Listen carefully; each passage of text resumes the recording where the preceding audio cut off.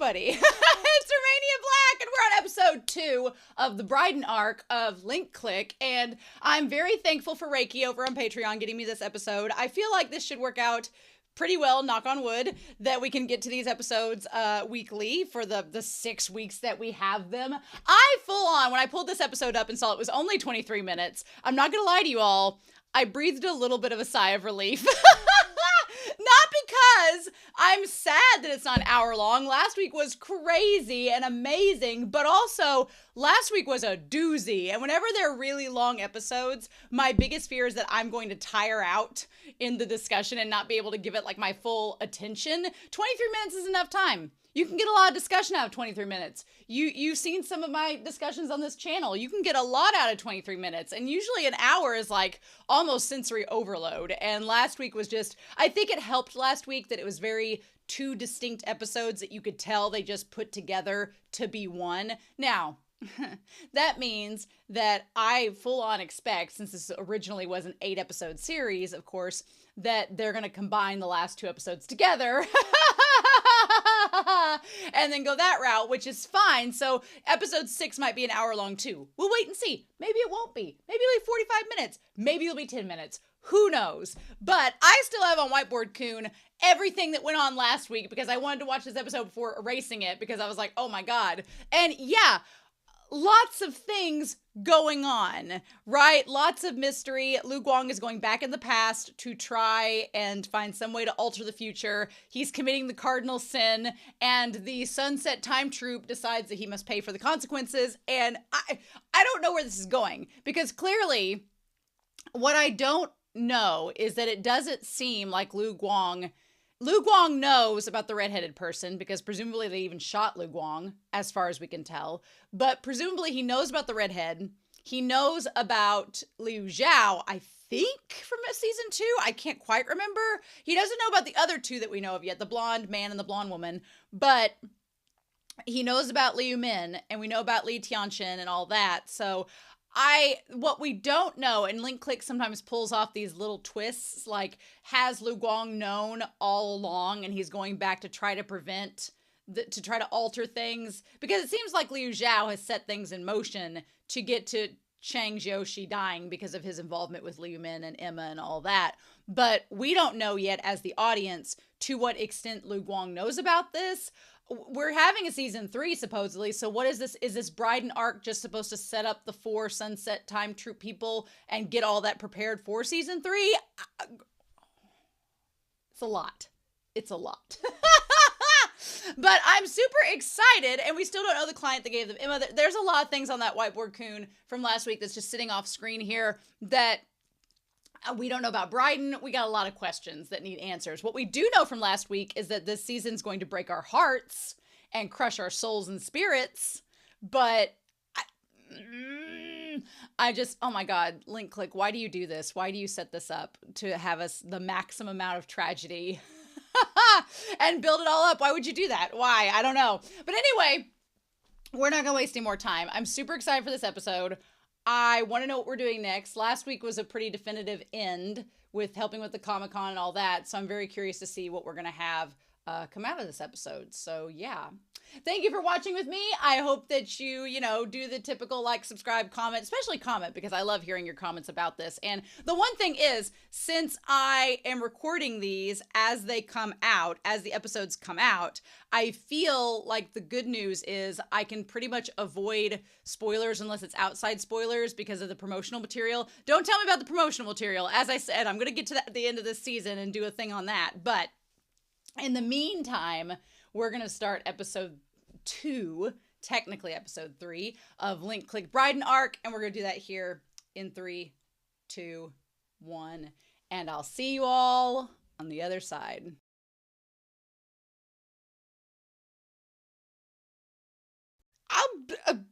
Well, okay, one thing is for certain. I have not watched the Japanese dub of Link Click. I haven't watched it yet, so I don't know if this voice actor has already been cast. But if the red character is not voiced by Miyano Mamoru, it will be a disservice. I don't even know the red character, but the moment he started singing in the very last of the end credits, I was like, oh, you'll be voiced by Miyano Mamoru when we get to that. So I fully intend the Japanese dub cast to have Miyano Mamoru play the redheaded character. That seems right up his alley, but maybe Miyano Mamoru's already cast as someone in this series. I don't know. But I thought that immediately and was like, So, man, wow, this episode went by crazy fast, and it was just the prologue, just a setup episode. Insane. Okay. So I erased all this, but I'm going to rewrite it now in more time here. So we have the sunset time troop. And I would like to take this opportunity to rank superpowers. To rank our superpowers on here. I think that is well adjusted. One thing I really liked about the live action series, and that's hard to read. One thing I really liked about the live action series when it was going on back in the summer is that one of the things they talk about, because they're trying to, examine superpowers and explain them. And that's kind of a hard sell, if you're like, well, how do you explain that in the live action? And I really liked the way that they described it. And that was kind of the idea that, why would it be unreasonable to think that out of Liu Guang's character in the live action said, why would it be unreasonable to think that out of billions of people, there aren't a handful that have superpowers? Why would that be weird? And I was like, oh, when you put it that way, it's just awfully convenient that a lot of these superpower characters, the 1 in a billion, just happen to congregate. But they kind of also explained it in the live action series of it being like a magnet, that they're just kind of like people with superpowers are magnetized towards each other. So they all just kind of gather, which, is comic book logic and narratives and it makes it convenient. So, okay, if we're ranking people that have superpowers, we need to put up here. We'll put Liu Guang up here, Li Tianxin, Li Tianqi, and Cheng Xiaoshi, and it feels weird separating them, but I would put them in like the tier of those superpowers are pretty good, because you have Liu Guang, who has the ability to see into the future through photos, and now kind of also has Cheng's ability through his death, seemingly. Then you have Li Tianxin, who can control by touch. Then you have who can control through photos.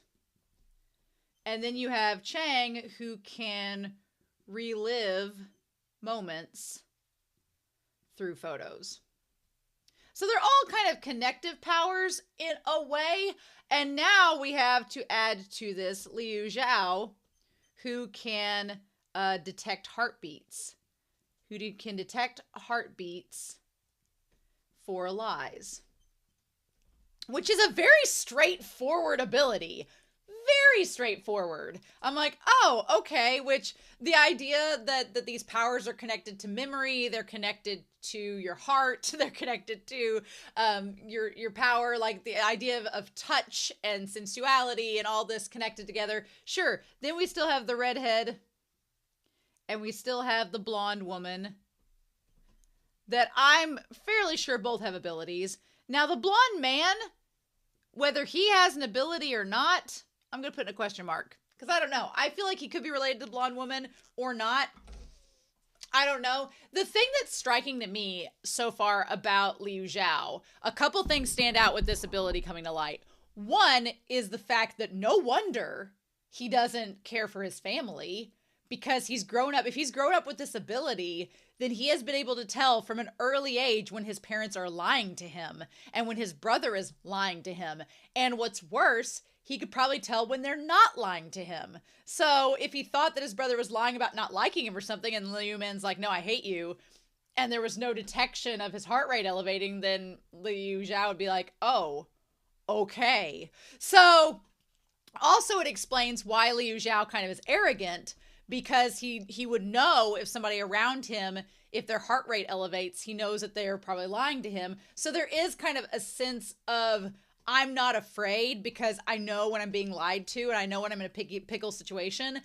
the exception though, like I said in the reaction was, what if you're around two horny people who are just like, their heart rate's elevated because they're in love? But you can figure out ways to go around that. I'm just like, I want the power of BL to stop Liu Xiao. But that is an interesting power. But the other thing that stands out to me is that his power, aside from making it to where he can detect if people are lying to him, is not that strong.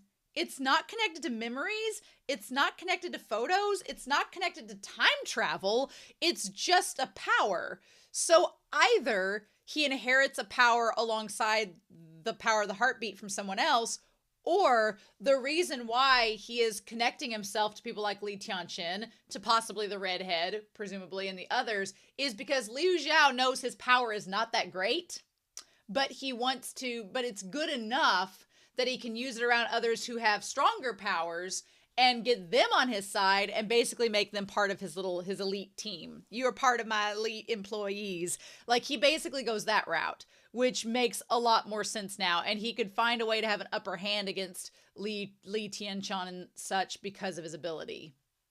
That's my theory about it and all this, but okay. My curiosity is, I wonder the redhead's ability. The redhead's ability is it telepathic? We're going to keep that up there. Is it telepathic through photos? Can he watch people and see what they're thinking and see them through the photos? Because so far it seems like the photo itself of Brighton that Cheng got a hold of, it felt like somebody was watching them through that photo, like it was surveillance. So could the redhead, because the redhead seems connected right now to what's going on, because it seems like they're connected to Xiao. Could the redhead look through the photo to kind of like use it like a mirror and look at Lu Guang and Cheng Xiaoshi through the photo and interact with them that way? That's terrifying if true. And I don't know exactly how the mechanism works. I liked that this episode was very straightforward in Liu Xiao's ability, but I'm curious to see where we go with that. So we essentially got in this. One thing to keep in mind throughout this is that this is a prequel. That is probably the craziest thing about this, is that this whole thing is a prequel season, but there are aspects of it that I'm trying to figure out, okay, where in the timeline are we? Because if we base the timeline, like if this is, okay, this is the start with Emma. This is season 2's events. We're going to come forward to season 2's events, because that's really where we saw Liu Xiao more prevalently. And then over here, we're going to assume way off in the future in this timeline is Cheng dying. Is Cheng Xiaoshi dying? Okay. And then from there, Lu Guang has gone back. Lu Guang has time traveled post the death to meeting Cheng Xiaoshi. He's traveled back here, and now we're at the Brighton arc, which is before all the stuff happens with Emma. Okay, that's presumably the timeline that we were here right now. We are about to be right here. It's episode 1. We met Cheng. We went back, met him, and now we're going to the Brighton arc. And in this, we could put out here that Lu Guang already knows the events as they unfold. That's something kind of alongside this as well. And what makes this such a tragic story, in a sense, is a number of things. One, because I was thinking about it, the episode 1, when he finds Lu Guang and there's all the blood and everything, that does look a little bit different than how it looked like in season 2, where it was just like the radioactive waves and all of that. We didn't see as much blood as we did in this version. So, and even at the end of season 2, when Lu Guang goes up to get the picture, I don't remember seeing the blood on him like he'd been shot. So here's the rub of it all. This is the crazy thing, is that Lu Guang creating this time loop could create, like, infinite versions of the same shit over and over again. The version of Cheng getting shot in season 2 may be different than the one we're seeing now because of how Lu Guang is affecting the timeline. And Lu Guang is lying to himself and being like, oh, you can affect little things. It doesn't change the future. Like hell you can. So I fully expect that Lu Guang repeating this cycle over and over again is creating all of these infinite time loops of the same events. He's just gonna, because essentially he's gonna lead himself back to this point. It's gonna happen, and he's just gonna keep going back and forth like in an endless time loop because he can't stand the thought of losing him. But he knows he can't change what happens, so he just keeps repeating everything over and over again under this futile guise that things are gonna change. It's wild, y'all. It's wild, because I was thinking that when he was on the bridge, I'm like, he knows what's going to happen. He knows they're going to Brighton. He knows that they're going to go there. He knows whatever we're about to experience is probably going to happen, right? Right? But is he trying to change it, or are things going to change during this arc that he's not going to expect because of the time loop and everything? Because it almost seems like whatever the redhead who was looking at Lu Guang can see, quote unquote, that he's traveling through time. Because he makes the comment, he's like, oh, you're just a glutton for punishment, aren't you? Like, you're going back in time thinking you're going to change something, but that's not allowed, and that's not going to work. So is this just creating an even more complicated timeline that's going to affect everything moving forward in an even more complicated way? So meanwhile, in this time frame, around the time that this Brighton arc has been happening, we have the whole situation here of Liu Xiao meeting, and I'm going to put this over here.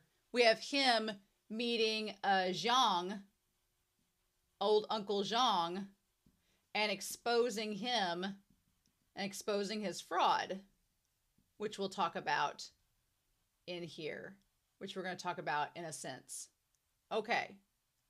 So then this Liu Xiao that is exposing the fraud and getting all of the events for the Brighton arc set up, is he the one that is the one with the book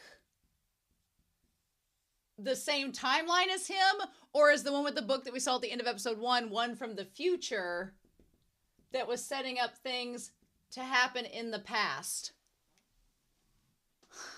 They all wear the same damn clothes and look the same, so how are we supposed to know? But okay, so basically this entire setup at the beginning was all for him to sit down and prove that he knew how to call bluffs because he could understand people lying. Now, whatever the tattoo he has on his neck and whatever his little time turner necklace means, it makes me think that he already had, the way that he's dressed and the accessories that he has makes me think that he already has started whatever time organization this is that we saw back from the start, and he's already gathered these people like the redhead and everything to this. To what avail, I don't know. He comes across, it's weird in this episode because he comes across somewhat naive and somewhat more innocent than he does later on with like Ti Lianshin and everything. So it's hard to read Liu Xiao because he comes across so aloof and he's kind of hard to detect what he's thinking, right? We do get the little, the idea on the news there that kind of gets revealed later where they're saying international students in a series of shocking events, they've fallen victim to gambling fraud schemes. The way, honestly, that Liu Xiao calls him out and exposes Zhang, what it seems like to me is almost like their organization of characters in time. Like they're sort of like an Avengers group and that their job is to help, like, it kind of feels like a Robin Hood scenario where they're going out and saving students in areas and fighting crimes using their abilities and doing it all for good. And so then you're like, was Lu Guang a part of that organization originally? We don't know. Did he have any run-in with Liu Xiao or any of them before then? We don't know. Doesn't seem like it, but we don't know. And were they going to recruit Lu Guang? Or are Lu Guang and Cheng Xiaoshi, since they're forming their own organization, does Liu Xiao's organization consider them not necessarily competition, but a bad thing? Like, it makes me wonder if they're like, oh, well, we are using our powers to fight crime and make people's lives better the correct way. You all are going in the past and potentially changing the future, and that's a no-no. So you guys are doing it the wrong way, and since you won't stop, we need to take care of you to save our futures.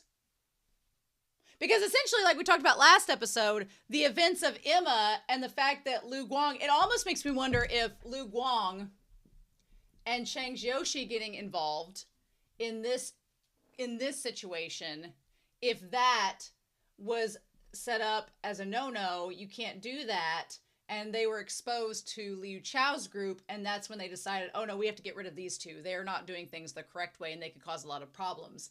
Again, we still don't know who made that call at the beginning to set this whole thing up. We don't know. And it could turn out that it was Liu Guang from the beginning setting it up, because he realizes that all these events have to happen if he figures out a way to save Cheng, but all these events have to happen and he has to suffer and go through everything. He may realize that it has to formulate and has to go down. Again, we're at the mercy of this show and what they tell us. So yeah. And so what a coincidence. I feel like it is not a coincidence that Xiao showed up to Cheng's like place where he seems to be known as someone that gambles here a lot and plays Texas Hold'em here. I feel like Xiao came here very intentionally because he sat down at the table, he started the conversation with the girl, he initiated it, and she got involved. She seems innocent, but it seems to me like he got involved on purpose to call attention to Zhang and get him to notice him. And then Zhang's like, oh, you're Liu Min's son. You're Liu Min's brother. I know you. Why are you here? Or did he contact him and say, come on, let's go? It definitely felt like the entire meeting was set up. But what Zhang doesn't realize is that Liu Xiao kind of knows that it was a setup. And he came in already 3 steps ahead of the game. Right? Very interesting. Because did Liu Xiao lose on purpose? I totally think so. I think that he lost on purpose. So I think he smiled and lost on purpose so that Zhang would invite him back to his place, is what I think. I think it was all done intentionally. Oop, we're going to take the sound off of that.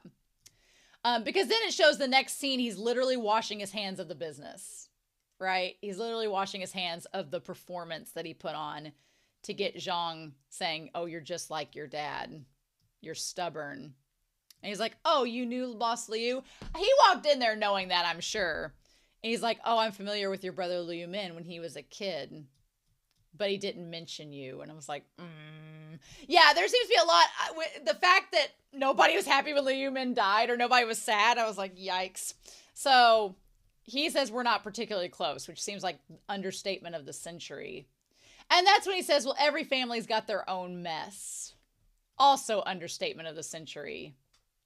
I put all my intuition and living expenses on the line. He's like, oh, I just thought you were losing face for the girl.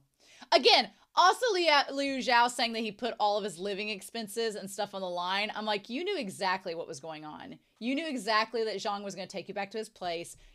Everything here seems so orchestrated. He said, you just paid for a lesson. Stop going around thinking you have superpowers and keep a low profile. And the reason for that is that Zhang has superpowers too. Zhang has superpowers. There's a series that I love called Bungo Stray Dogs. And there's a character in that series, because they have superpowers in that series, that has similar superpowers to this, where he can basically do like Liu Guang. He can see into the future briefly. He can briefly see into the future, which is very similar to Liu Guang's ability. Liu Guang's ability just seems to be used to a greater extent, right? Which is interesting because Li Tianqin and Li Tianqi both have powers of control. They're just slightly different. So we're seeing also the redhead seems to be able to look through photos to communicate with people, which Cheng Xiaoshi and Li Tianqi, their powers are also similar as well. So all these powers are kind of, with the exception of Liu Xiao's power, seems to be on its own right now, but everybody else's are all kind of connected and overlap with one another, which is interesting. But yeah, he's like, as somebody that has superpowers, let me tell you, you don't need to be walking around announcing that to everybody or you could get in trouble or be targeted. And he's like, well, you're one to talk because I'm targeting you for your powers. So he gives him the, ew. The fact that he gives him the licorice he's been chewing on, that's gross. No, thank you. Ew. But he does give a little, like, scarab, and it says PH on it, or PM, which is curious. It looks like maybe PM or PH. Curious indeed. And he says, follow me if you're interested. I don't know what the scarab means. We don't really get an explanation about that. But he seems, the one guy seems really confident, Zhang does, in leading Liu Xiao away. And Liu Xiao, the moment he clicks up his glasses, I'm like, yeah, I don't think he's worried. I think he thinks he's going to be perfectly fine in all this. Sure. So we see the place that was in the ED, the place that used to be a church, that is now, you know, his building that he does operations in. And then we see the Russian roulette table, coming out with the gun. Oh my gosh. Here's the thing. I don't care who you are. Again, this feels very Bungo Stray Dogs in this moment, which I'm not complaining about. I love Bungo Stray Dogs so much, but this scene is very reminiscent of it. I would never do Russian roulette. Sorry. Nope. I don't chase thrills like that. You will not see me want to do that. And this entire scene was insanely tense. And the fact of the matter was, Zhang wasn't lying to Xiao when he said he didn't use his powers to alter the gun. He didn't do anything to the gun. He let Xiao put the gun in the order and do all that. What he did cheat with was that he knew walking in once it started, and Zhao figured it out very quickly. He's like, oh, you know, you're going to do something. And then he's like, he looked ahead to see which was which. So at some point, no matter what happened, when he took the gun, he was going to know whether it was going to work or not, because he could see in the future to see what the next shot would be. Yeah. So it wasn't technically cheating, but it was cheating because you knew not to be nervous until the exact moment. Also, I hate the taste of licorice. It's disgusting. So the hard licorice candies that he eats when he's nervous, gross. Yeah. He's like, Boss Liu gets the same way when he's nervous. He's like, are you trying to stall? That whole entire scene was insane. Yeah, and you see him using his power and his eyes get white there, which is so interesting that he has an ability. His eyes get white when he uses it. These superpowered people. Nothing was done to the gun. But Boss Liu told me, he said, never trust someone when they say whatever. I love it. I love this entire encounter. And also the fact that Liu Xiao has all the rings. All the time. He looks like Prince John from Robin Hood. So we find out about... He's like, the game is all about the thrill, right? For people, there are many ways to spin a lie. With the right choice of words, even a lie can sound like the truth. But there's one thing you can't fake, and that's a heartbeat. That's my power. Yeah. He's like basically a lie detector. That's what Liu Xiao does. He's basically a walking lie detector, which is fun. Yep. And here we go. And he says, stop going around saying you have superpowers. Do you really believe that? Yeah. So anyway, he's like, well, what do you want? And he's like, basically, Liu Xiao outs him as the person that's doing all of the money schemes because he's trying to pay off an alimony. You use your unfair advantages to stay in control. But to me, you're even weaker than they are. Now, the whole thing with the loan sharks. The last episode, the one girl that ends up dying, she had told the rich kid on the phone that because of her debt, she was thinking about getting in with a loan shark, which would be connected to Brighton. And that turned out to not be a lie because it's connected to this here, which is interesting. This whole thing with Brighton is so weird. And he's like, I'm not done playing this game. He says, no more tricks, and if you win, I'll pay your alimony. But if I win, and then he didn't wait to listen. He says, the game is over. So then he asks about Cheng Weimin, which is the dad of Cheng Xiaoshi. and says, don't try to deny it. Let's make it clear about Cheng Weimin. What does Cheng's dad have to do with anything? And why did his mom not want him to come to Brighton? What is going on? Is his dad involved? I have so many thoughts. Is Cheng's dad involved in a mafia thing? And that's why he's disappeared? Does his dad have superpowers too? Because they made a point in this episode for Zhang to say that Liu Xiao is just like his dad. He's stubborn. So, I mean, we don't obviously think that Liu Ling or whatever has superpowers either. It might just be Liu Xiao. But that's not to say that, how do we know that Cheng Xiaoshi's dad doesn't have superpowers and that it's genetic? We don't know. But, oh my God, this episode. Also, I love the idea of the gears. The gears and the time and the showing like the internal monologue with Lu Guang and the whole thing of the gun. The gun rising up to his face feels like Russian roulette as well. Oh my God. Yep. So, Cheng Weimin and Cheng Xiaoshi's like, well, how could my dad's picture be here? Now, the question is, has that envelope and letter been there the whole time? Has it been there the whole time? Did somebody plant it? We don't know. Did somebody get in to plant it? One thing that is clear is that, again, we have the whole thing in this setup here. We have the whole thing that Xiaoling knows, she knew that Cheng Xiaoshi's parents did not want him to go to Brighton. Okay. One thing that I have to keep in mind as we're watching this series is that this is all in the past. So when Emma started and that episode started, Lu Guang did not know a lot about, because in the past, before Lu Guang went back in time, in the past that we know of, it's just like, are we rewatching everything from the start, or has Lu Guang always known? Or did we watch before he was going back in the past and now we're seeing the reworking of the series? I don't know at this point. What I don't know, because last week I was like, oh, well, so this entire time we've been seeing things through Lu Guang's perspective because he knows he had to go back in the past. This could be true, but has he always known? Have we always watched the series with the Lu Guang that has been experiencing the time loop, or was that only part of it and now we're going back and seeing the full thing? I don't know. I don't know.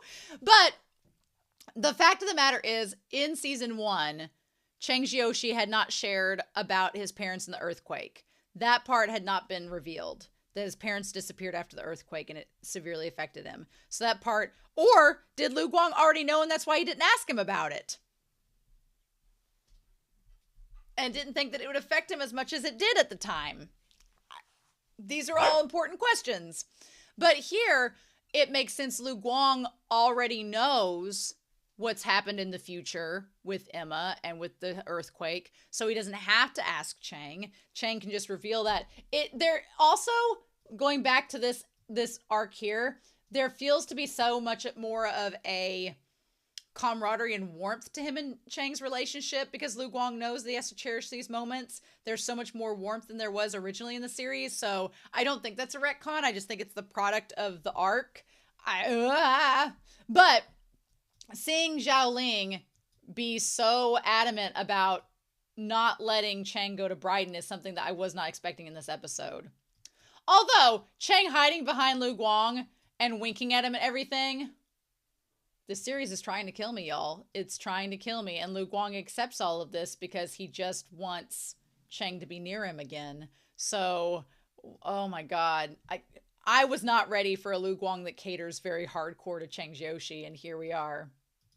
But yeah, also the cat hat, calling back to the Chibi series, super cute. But yeah, so Lu Guang's like, what's in your pocket? And the gears of time are turning very slowly, right? In his head, like, what are you hiding?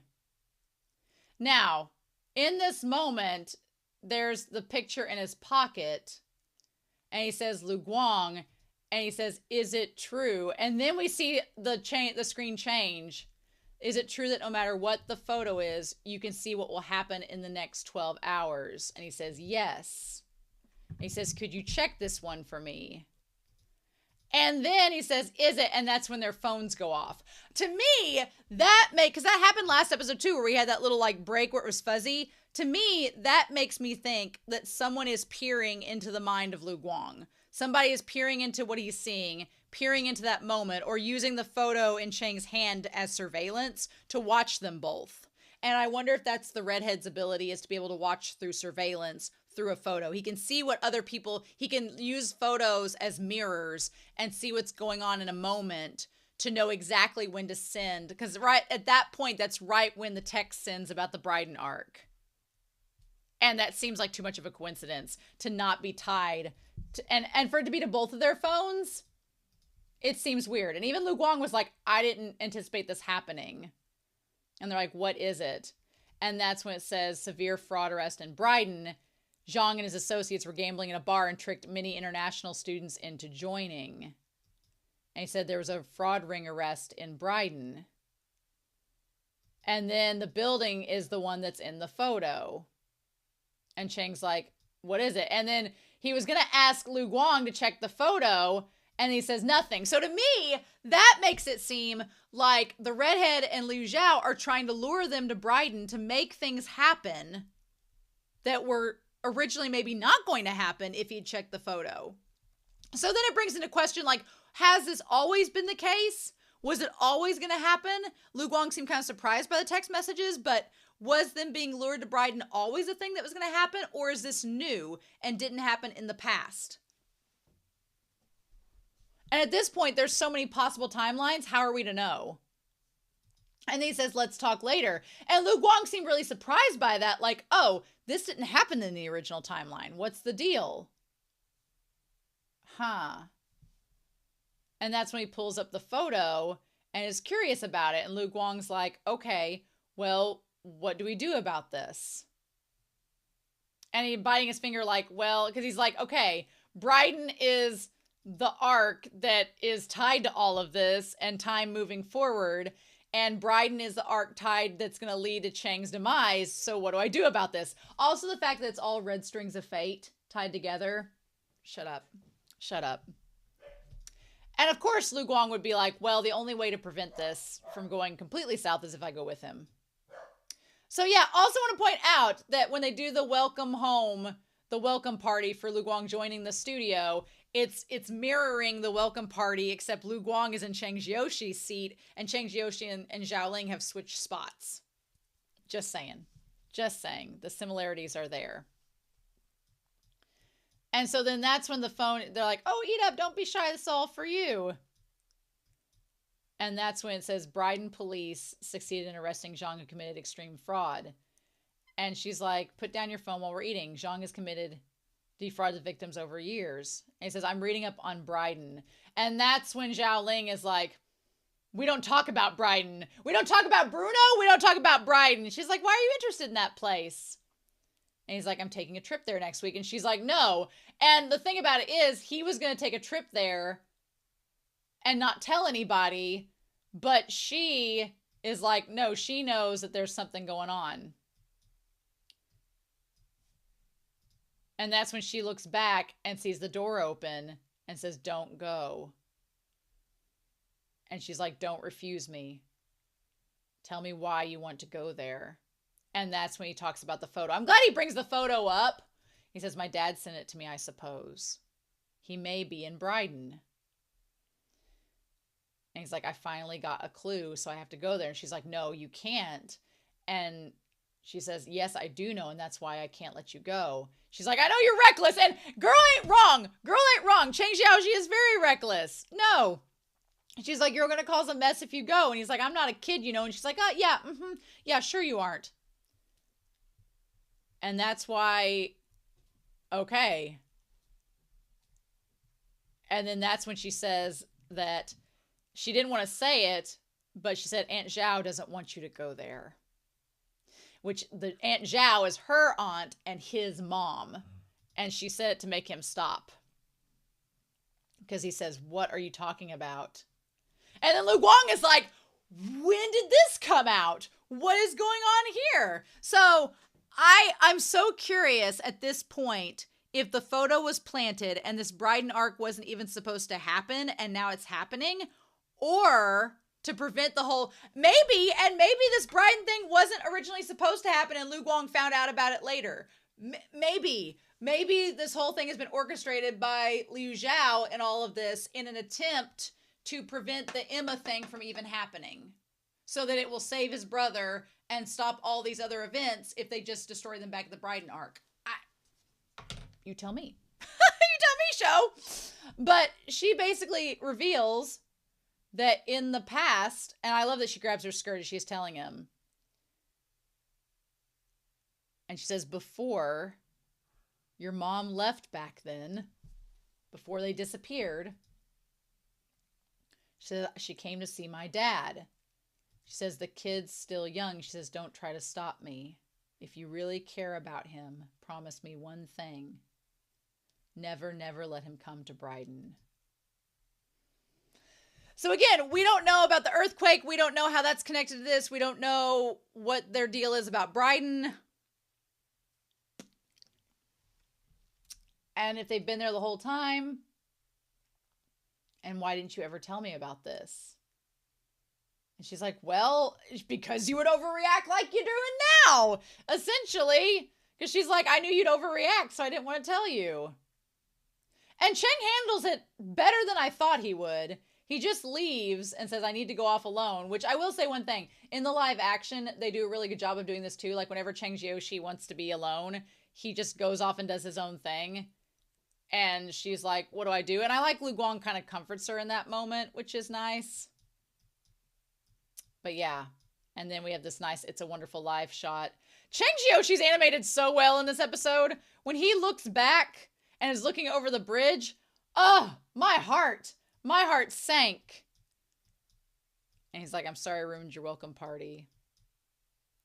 And then we see him in the past with the kid throwing away his books, saying his parents aren't there, saying he doesn't even have a dad. You're making it up. And so Lu Guang's like, well, I'll come with you. And we can do this together. I can go with you if you insist. And Cheng Xiaoshi's like, oh, well, I mean, I said I'll never give up.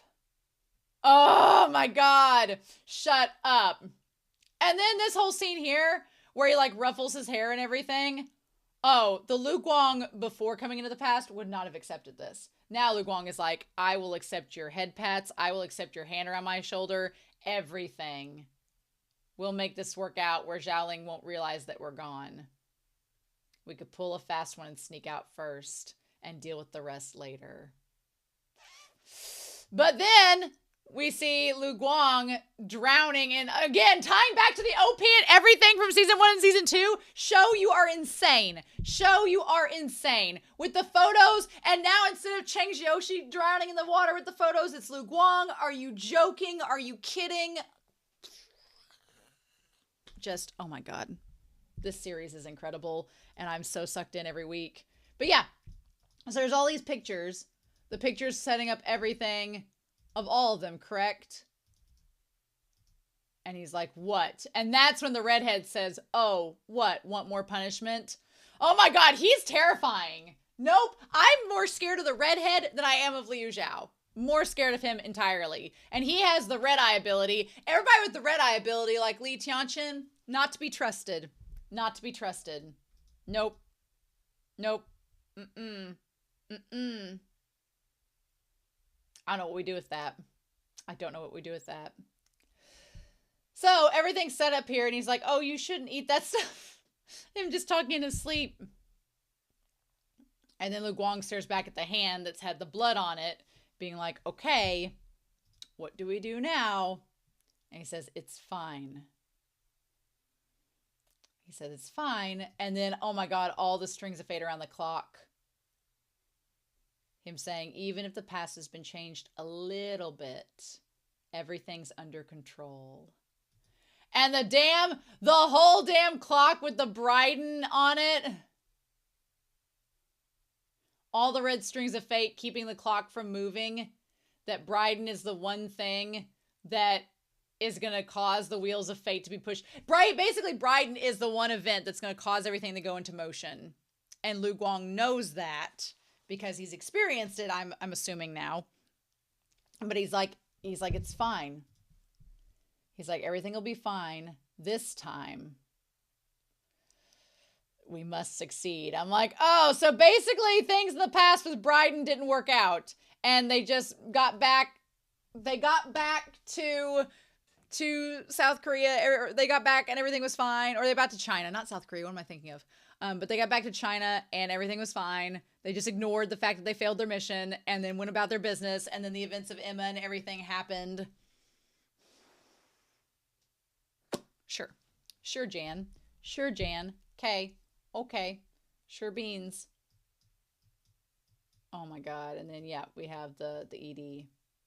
The fact that, I don't know how to feel about the fact that Cheng has the same book that Liu Xiao does in the ED. I don't know how to feel about that. And then Lu Guang in the get out chair. And then we also see the redhead there too. I don't know how to feel about any of this. I really don't. I'm terrified of all of it. The one person in the photo with the burning building, I don't know, is that supposed to be Cheng's mom? Is it the girl from the gambling today? Like, what do we do with that? We see the blonde next to her. Like, what do we do about that? I don't know how to feel about any of this. I don't know how to feel about any of this. Then we have the humming of the redhead. I like that we see the blue-eyed cat, which is like Lu Guang catching the mouse. And we see him walking. He has his phone, though, too, like he does in the ED. He's dressed to the nines always. I don't know how to feel about that. And then the message is, your passenger, we don't get his name, your flight to Brighton is going to take off after 1 week. Yeah. So he's going to be at Brighton too. Well, that's nice. That's great. Good for him. Good for him.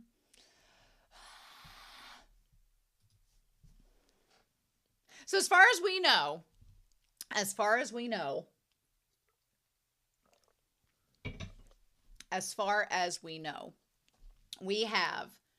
we know now Liu Xiao's ability. We know that now. And we have an idea of maybe the redhead's ability. It seems like it could be. But it's like basically Lu Guang knows about Brighton. Brighton has happened in the original timeline. And it could be that they saw the redhead in the original timeline, and when he comes back to kill Cheng later on, he's like, oh God, it's you, and it all connects. That to me is what it was, is that they saw the redhead in the studio when he shoots Cheng and remembers that he's the guy from back at Brighton, and if things had been going differently at Brighton, we could have maybe prevented all this. I feel like Lu Guang at this point is like, F it. I don't care anymore because I hate the current timeline. So if I mess everything up trying to change it, I don't care anymore. Which, if you watch the live action, is kind of like against all things, but that's fine. It's like, oh. But that could also be why Liu Xiao and them were like, no, you can't change the past. You can't go back and do that. That's a no-no. And Lu Guang's like, screw you. I have BL. And that's why we're at where we're at. Anyway, I'm super excited for episode 3 now. This episode went by so fast, but I'm glad that we had it because it basically is the prologue and sets up everything. It's like the episode 1 and 2 that were together last week were all like just a continuation of season 2 and then resetting the clock. And then this is the prologue for Brighton arc. And now we have episodes 3, 4, 5, and then 6, which is 6 and 7 to do the arc.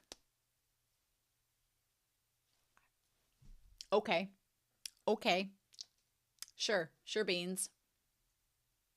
Anyway, I'm super excited to hear your thoughts down below, but I hope you all have a wonderful week. Please stay safe, take care, and yeah, I'll be back very soon with more Link Click. See you then.